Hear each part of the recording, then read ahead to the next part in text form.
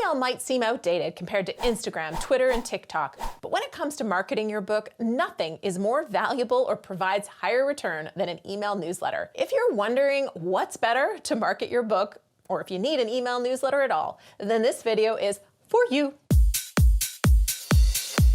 Hey, I'm Julie the Book Broad of Book Launchers. We're your professional self-publishing services team. If your ideal reader uses social media, then you should certainly build a presence on that platform that they're using. But an email pops directly into the inbox of your target audience, creates a much better opportunity for connection, and builds that foundation for a long relationship that can help you achieve bigger goals. Even blog posts will not connect to your audience as intimately or as consistently as a newsletter in their inbox. Think of your email list as your biggest fans and most devoted supporters looking to discover more of your specific expertise. Someone who follows you on social media may simply just scroll past your post and not bother to engage, or depending on the algorithm of the platform, they might not even see you on their feed at all. Newsletters might seem like a little more work than a daily tweet or an Instagram story, but the benefits outweigh the effort. And one of the biggest ones, you own your newsletter.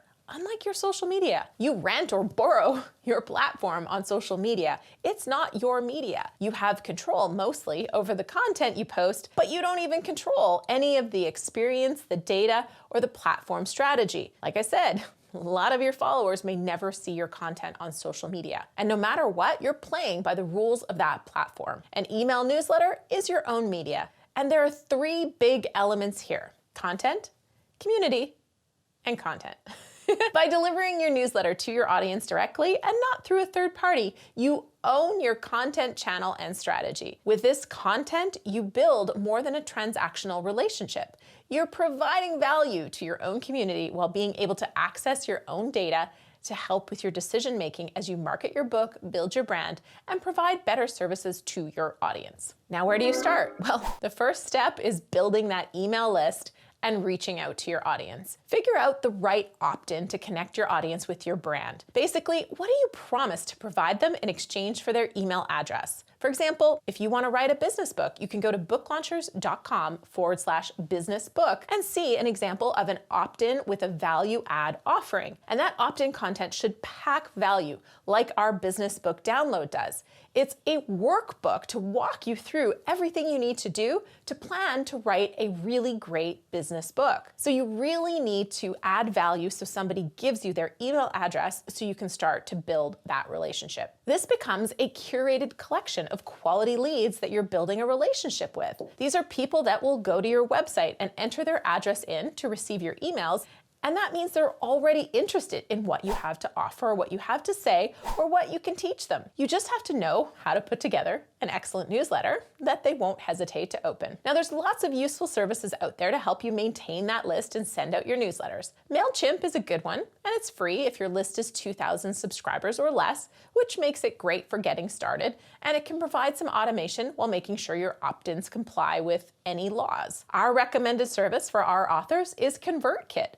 And they also have some great tutorials on how to set up and manage your email newsletter through their service as well. After you connect your newsletter service to your website and create that opt-in, it's time to create your template. If you're not design inclined, consider hiring a graphic designer to create a header or some other kinds of images. But there's nothing wrong with simplicity if you want to just rely on text. That can be a great way to go too. What matters most is that your newsletter matches your brand, reflects you, and adds value to the lives of the reader with every issue. Now that a new subscriber has signed up, you want to set up an automated email sequence so that they receive a welcome email. In that welcome email, you want to provide that promised content, but then you also want to let them know what they can expect next. Think of this as your first handshake with them. What are you going to be sharing over the days, weeks, months, and years together? Do you remember handshakes? Before elbow bumps? Handshakes are how we used to say hello.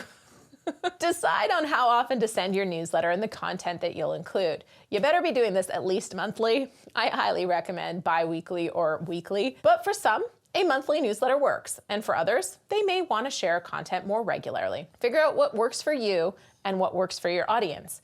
And most importantly, remember to do this consistently and provide value when you do. Otherwise, it's gonna be added to the trash folder or they're gonna hit unsubscribe. Adding value will keep them opening your emails, but I also recommend playing with catchy and original subject lines. My monthly tips for you, or Julie's newsletter, or here's that email you signed up for.